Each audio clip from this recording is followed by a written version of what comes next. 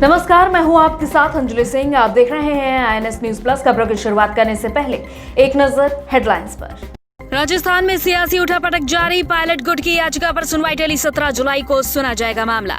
बिहार के गोपालगंज में करीब 264 करोड़ का पुल चंद सेकंड में बहा। पिछले महीने हुआ था उद्घाटन। तेजस्वी यादव ने सरकार पर साधा निशाना।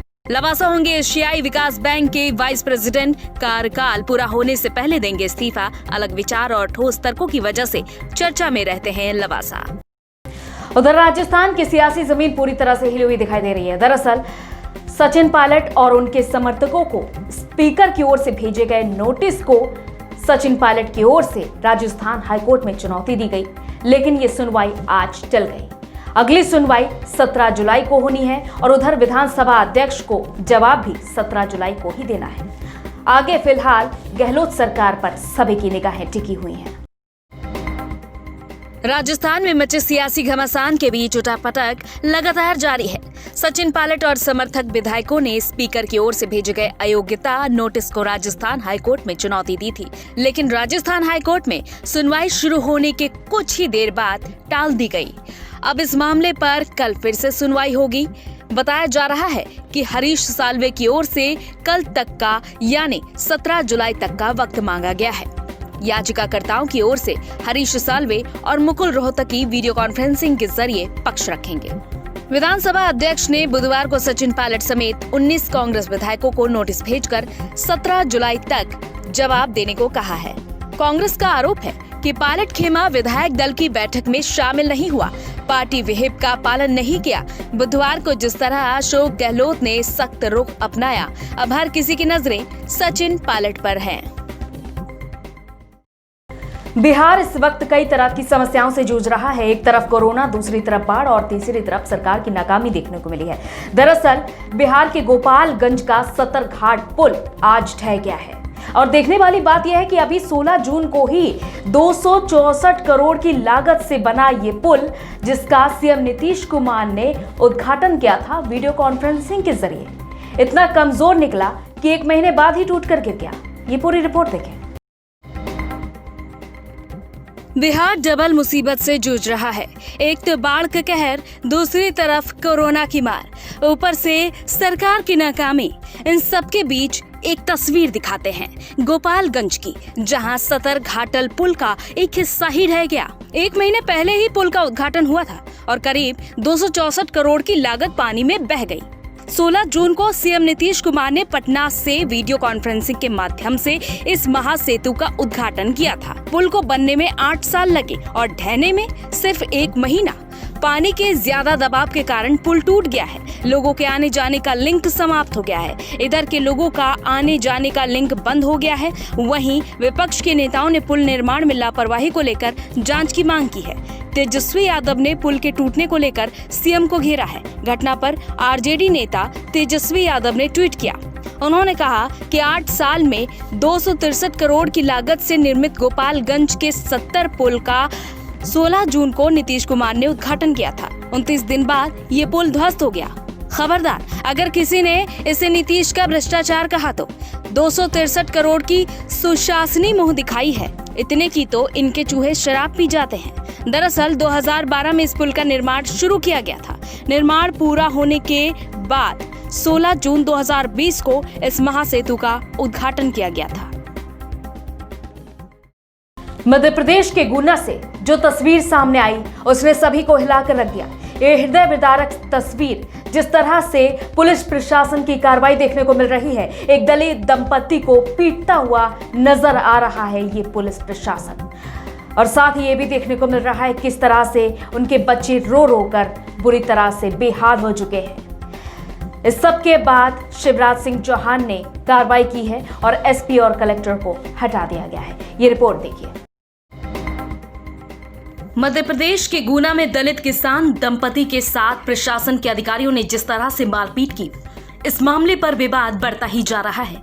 जो तस्वीर सामने आई है वो दिल को दुखाने वाली है, क्योंकि एक तरफ पुलिस पति पत्नी को पीट रही है तो दूसरी तरफ उनके बच्चे रो रहे हैं और अपने माँ बाप को बचाने की कोशिश में हैं। बुधवार को वायरल हुए इस वीडियो पर जैसे ही बवाल बढ़ा तो मुख्यमंत्री शिवराज सिंह चौहान ने एक्शन लिया। गुना के कलेक्टर और एसपी को हटा दिया गया है, साथ ही जांच के आदेश दिए गए हैं। इस बीच विपक्ष की ओर से भारतीय जनता पार्टी की सरकार पर हमला करना जारी है। इस विवाद ने जैसे ही तूल पकड़ा तो राजनीति भी गर्मा गई। मध्य प्रदेश के पूर्व मुख्यमंत्री कमलनाथ ने ट्विटर के जरिए सरकार को घेरा।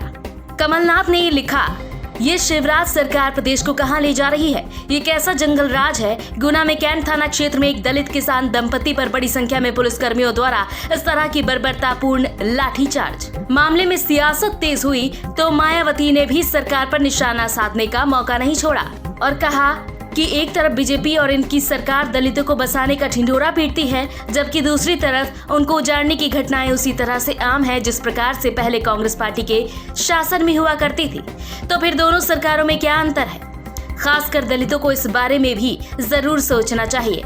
वहीं सरकार को लगातार घेरने वाले कांग्रेस के पूर्व अध्यक्ष राहुल गांधी ने भी सरकार पर हमला बोलते हुए कहा कि हमारी लड़ाई अन्याय के खिलाफ है। हालांकि इस मुद्दे पर प्रदेश का राजनीतिक पारा और गर्मा सकता है। मामला दलित किसान का है और पुलिस की बर्बरता स्पष्ट दिखाई दे रही है।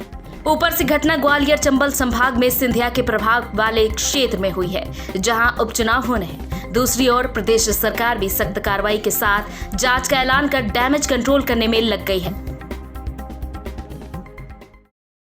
अपने अलग विचार और ठोस तर्कों के कारण चर्चा में रहने वाले निर्वाचन आयुक्त अशोक लवासा को एडीबी का नया उपाध्यक्ष नियुक्त किया गया है। ये रिपोर्ट देखें। निर्वाचन आयोग की बैठकों में अपने अलग विचार और ठोस तर्कों की वजह से चर्चा में बने रहने वाले निर्वाचन आयुक्त अशोक लवासा को एशियन डेवलपमेंट बैंक यानी एडीबी का उपाध्यक्ष नियुक्त किया गया है। अशोक लवासा को निर्वाचन आयोग से दूर किए जाने के कयास तो तभी से लगाए जा रहे थे जब से आयोग की बैठकों में उनके बाकी दोनों आयुक्तों से अलग विचार बाहर आने लगे थे। निर्वाचन आयोग के इतिहास में अशोक लवासा दूसरे ऐसे आयुक्त होंगे जिन्हें कार्यकाल पूरा करने से पहले ही इस्तीफा देकर जाना पड़ रहा है। अशोक लवासा से पहले 1973 में मुख्य निर्वाचन आयुक्त नागेंद्र सिंह ने तब इस्तीफा दिया था जब उनको अंतर्राष्ट्रीय न्यायिक अदालत में जज बनाया गया था। लवासा ने 23 जनवरी 2018 को चुनाव आयुक्त का कार्यभार संभाला था। वो मौजूदा मुख्य चुनाव आयुक्त सुनील अरोड़ा के बाद अगले साल अप्रैल में मुख्य चुनाव आयुक्त बन सकते थे। ऐसे में आयोग उनके नेतृत्व में उत्तर प्रदेश, पश्चिम बंगाल, उत्तराखंड, पंजाब, मणिपुर और गोवा सहित अन्य राज्यों में विधानसभा चुनाव कराता। एक्ट्रेस उर्वशी रौतेला ने अपनी नई फिल्म वर्जिन भानुप्रिया के बारे में खास बातचीत की आईएनएस के साथ। Really important to relate to the character, right? So how do you compare Urvashi Rautela and Bhanupriya? Is there any similarity between the two? Okay, so I'll be very honest, I did not completely relate to the character. Okay. There was when I was offered the film, it was completely untitled. Okay. And at that when I heard the story, I got the narration, I read the script. The way how I connected with her is that she loves her parents. And she's a very responsible child. She is innocent, very kind-hearted, always thinks good for everyone, and she wants to seek out for love. That's what she wants. So yeah, I mean, that is a thing where I kind of I kind of loved her. I loved her relationship with her parents. Yeah. But I couldn't relate with her in terms of how she is seeking out for love.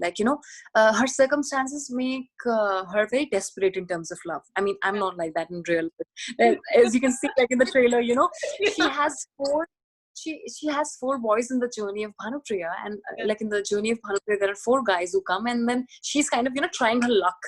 Yeah. In every single guy, she keeps falling in love with every single guy. So I'm not like that in real life.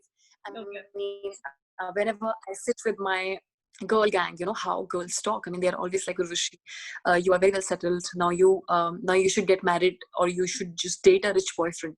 So I just tell them, I don't need a rich boyfriend. I am my own rich boyfriend. I always tell them that I don't need a rich boyfriend. So I am a rich boyfriend. इसी के साथ INS news plus की खास खबरों में फिलहाल इतना ही। इजाजत दीजिए। नमस्कार।